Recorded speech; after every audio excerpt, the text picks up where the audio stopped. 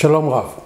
על פי הפילוסוף היווני תאלס, המים הם הכל. הוא זיהה במציאות את יסוד היסודות כמשהו לח וגמיש, הן בהוויה והן בתוך החיות, הן בתוך האדם, כלומר כמים.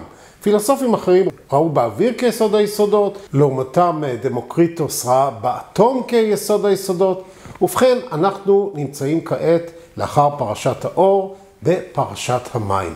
כאשר נאמר לנו, ויאמר אלוהים, יהי רקיע בתוך המים. כדי להבין את הפרשה הזו, כדי להבין את מושגי היסוד בפרשה הזו, ומה רוצה האמונה התבונית המופתית, האוניברסלית, לומר לנו כאן, הרי שיש להידרש למושג היסוד באותה פרשה, והוא המים.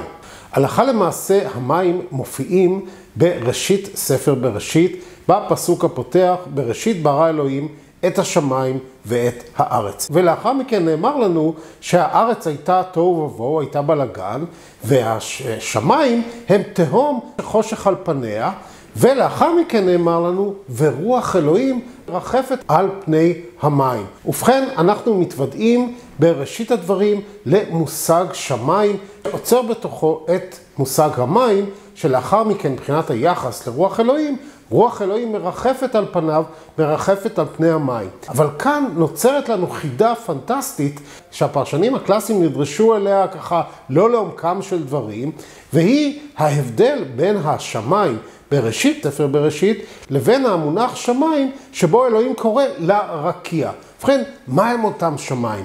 מה הם אותם מים שבתוכם נוצר הרקיע? הדתות המונותאיסטיות ראו ללא ספק בשמיים כאיזשהו מונח של רוחניות, כן. ואני אכנס לכך לעומקם של דברים בבשורת השמיים בהמשך פרשת המים. אבל אין שום ספק שהכתוב מבקש להראות לנו שישנה איזושהי הבדלה ראשונה ביצירת ההוויה על ידי מציאות אלוהים. וההבדלה הראשונה היא הבדלה בין ארץ לשמיים. כאשר לאחר התוהו ובוהו והתהום והחושך, כן, נוצרת הבדלה נוספת, והיא הבדלה של האור. זו הבדלה חיצונית לכאורה, שהיא גם הבדלה פנימית בתוכנו, כלומר האור שמגרש את החושך, שמסיר את השגיאה בדרך האמונה התבונית. וכעת אנחנו נמצאים באיזושהי הבדלה שנמצאת בתוך משהו, בתוך המים. כלומר, יצירת רקיע בתוך המים, הבדלה בין מים למים. וכאן נשאלת השאלה, מה הם אותם המים? והפרשנים הקדמונים ראו במים הראשוניים או בשמיים הראשונים כאיזשהו חלל לכאורה, כן, וכדומה. שזה אגב גם מסתדר עם דמות פיזית, כפי שאמרתי בשיעורים הקודמים, כלומר שבתחילה היה חלל והיה חושך והחומר היה בבלגן, אטום היה בבלגן, ואז הופיע אור וכדומה. אבל אנחנו לא נמצאים בספר פיזיקה, הגם והאמונה התבונית כוללת בחובה גם את התבונה המדעית, גם את התבונה המוסרית וגם את התבונה האמונית. ובכן, בעברית המונח שמיים מורכב משין וממים. כאשר בכתב העברי הקדום לא הייתה מהם סופית, והרי לפנינו למעשה מעין שתי מילים לכאורה כמו שם ים, כאשר ים בעברית הוא גם מרחב, הוא לא רק איזשהו מקור מים מלוח, כן, איזשהו מרחב, איזשהו חלל, שהוא משהו בין החומרים וכדומה. ואילו הארץ, שגם לגביה אנחנו נראה מושג שני שקשור למים בהמשך, כלומר היבשה שאלוהים קורא לארץ, הרי אין ספק שמדובר באיזשהו מונח חומרי, כן? כלומר, ההוויה מחולקת על פי הפסוק הראשון של הבריאה לאיזושהי הוויה חומרית ולאיזושהי הוויה מופשטת. מהי אותה הוויה מופשטת? זו הוויה שהיא בין החומרים, כלומר מרחב. זה יכול להיות הוויה של זמן, כי יש איזושהי ראשית כבר. זו הוויה של כוחות וכדומה, כן? אבל אנחנו שואלים את עצמנו, למה הכוונה הוויה מופשטת מבחינה אמונית? ובכן, הוויכוח, האם ההוויה כוללת את הוויה מופשטת, או שהיא כוללת הוויה חומרית, הוא ויכוח עתיק יומין, הוא ויכוח שהתנהל כבר למעשה בין אפלטון לבין אריסטו, כאשר אפלטון טען שיסוד היסודות היא המציאות המופשטת, היא האידאות, כן? ואילו המציאות החומרית היא איזשהו צל חיוור של אותה מציאות.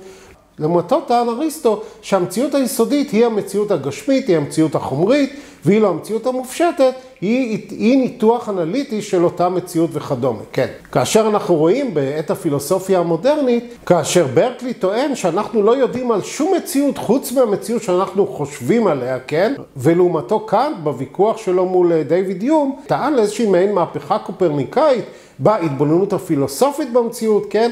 כלומר שאנחנו למעשה קובעים את העובדות, אנחנו קובעים את החוקים על ידי כך שאנחנו קולטים משהו מהמציאות ומאבדים אותו על גבי המצע האפריורי שנמצא במוחנו, שהוא מורכב ביסודו מצורות של חלל וזמן, כלומר מצורות של אותה מציאות מופשטת, אותה הוויה מופשטת.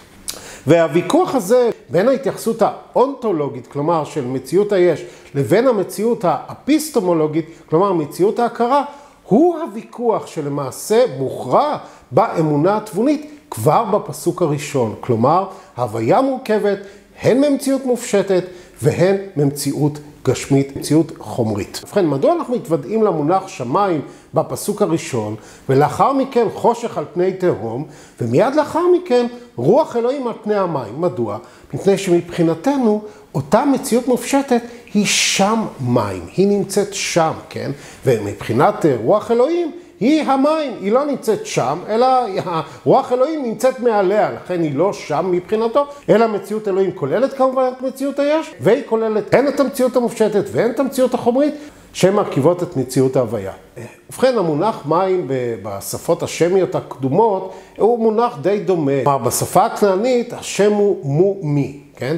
בשפה האוגריתית המונח הוא מי. בשפה האכדית המונח הוא מו. ואילו בשפה הארמית המונח הוא מאיה, ובשפה העברית המונח הוא מים. ואני לא אכנס כרגע לרזולוציות העמוקות יותר, מבחינת ההתבוננות הן באותיות וכדומה, לכך אני אדרש, כפי שאמרתי גם בשיעורים הקודמים, במסגרות אחרות. ובכן, המים הם אולי המרכיב הכי חיוני שאנחנו מכירים בהוויית היש, מבחינה חומרית, כן? בחיים, כלומר, אנחנו שותים מים כדי לחיות, אנחנו מורכבים ברובנו ממים, כן? וכדומה.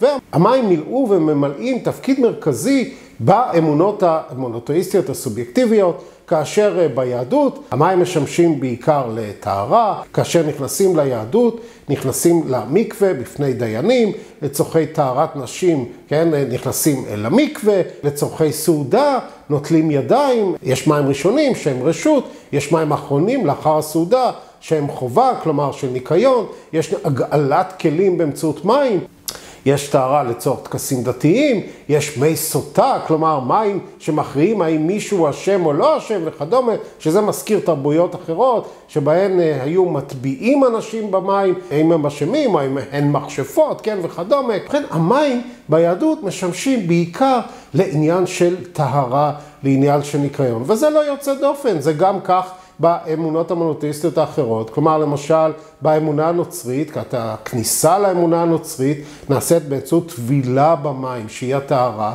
שזה עניין שהחל מיוחנן המטביל, שלאחר מכן מטביל את ישו, שהוא האדון, כן, שבא אחריו, והמים משמשים מוטיב מרכזי גם בכניסה לנצרות, גם בסיפורי הנצרות, כאשר ישו הולך על המים, כאשר אוספים את הדגים, כן, את אנשי האמונה מתוך המים, כאשר הופכים את המים ליין וכדומה וכדומה, וכמובן באסלאם המים הם מוטיב מרכזי לצורכי טהרה, בין אם אמצעי הקטן, אמצעי הגדול, המים משמשים ההתארות באמצעות המים, בין אם בחלקים בגוף, בין אם בכל הגוף, כן, המים משמשים לטהרה כחובה בטקסים המרכזיים, כלומר בתפילה, בהקפות בקאבה או בנגיעה בקוראן.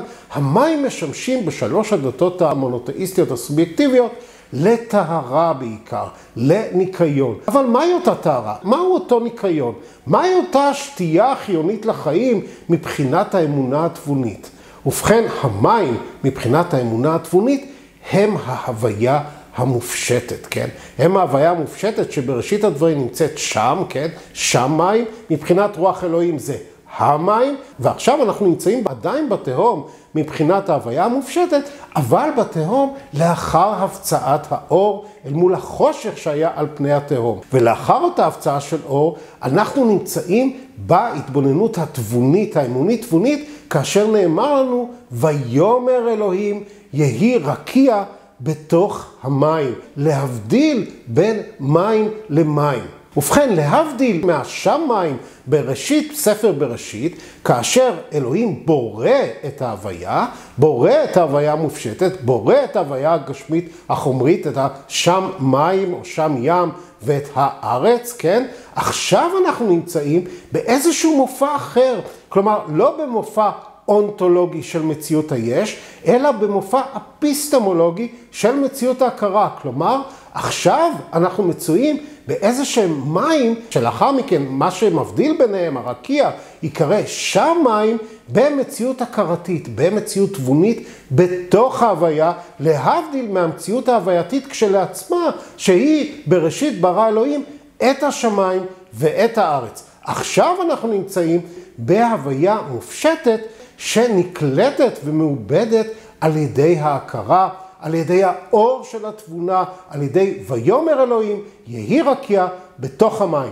וכאשר אנחנו מתבוננים אל מול האמונות המונותאיסטיות שלא נדרשו לעומקם של דברים מבחינת ניתוח הטקסט היסודי, ונדרשו יותר לטקסים ולמשמעויות גשמיות של המים, לאחר מכן של הרקיע או של השמיים, כן, שלא באמת הבינו ולא באמת פסעו בדרך האמת מבחינת ההתבוננות האמונית תבונית בטקסט, אנחנו רואים שהפסוק הראשון של ספר בראשית הוא בראשית ברא. ואנחנו יודעים שהנביא הראשון, המבשר הראשון של האמונה המונותאיסטית היסודית על פי התורה, כלומר אברהם ולאחר מכן אברהם, בשמו נמצאים שני מונחים, גם מונח ברא וגם מונח באר. אלוהים ברא ואדם באר, אבל האדם לא רק באר, אדם גם בורא מבחינה פונקציונלית, ואני אתייחס בהמשך להבדל בין שני המונחים ביחס לאדם. אבל מוטיב הבאר של הוצאת המים מהבאר מופיע לאורך כל התורה בצמתים מרכזיים שבה. כלומר, בשם של הנביא היסודי, אברהם,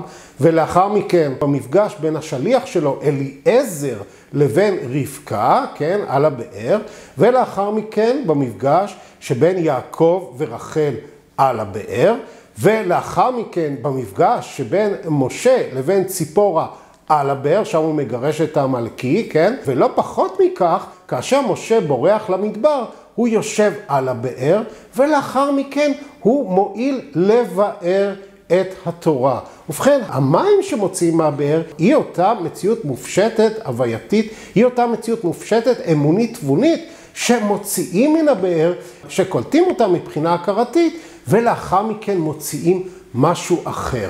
ולהבחנה בין מים למים, באמצעות הרקיע, כן, שמצוי בתוך המים, אני אדרש בשיעור הבא.